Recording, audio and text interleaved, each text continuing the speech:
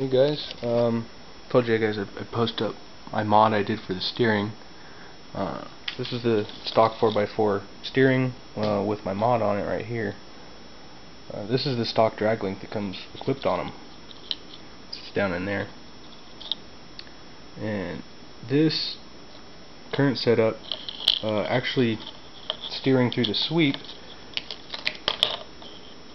stock setup had a lot of understeer on the inside wheel, and this is caused by how close the drag link is to the pivot post.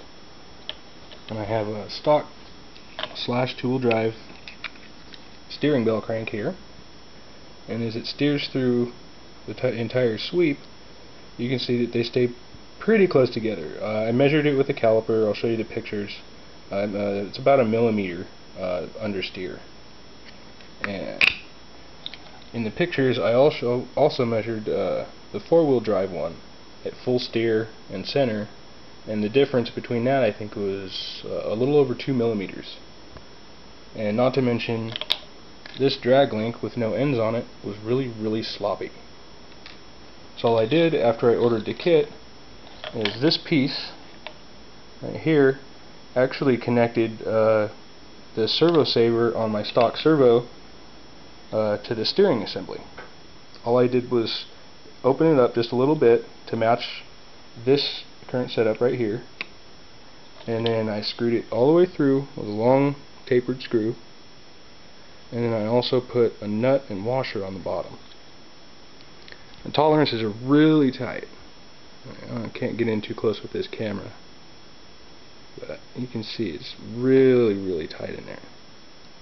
And it's just as tight when I put this back on the truck. Oh, and another mod I did, I took two ends off of a sway bar kit from the 4x4 slash, and I had this titanium turnbuckle laying around in my toolbox, so I just put those together, and you can see it's a lot tighter than what used to be on there. I can put it in any position. There's no binding. It's nice and smooth, but it's nice and firm. I'll go ahead and put this back on. I don't know if we can see in there too well, but it's really tight in there.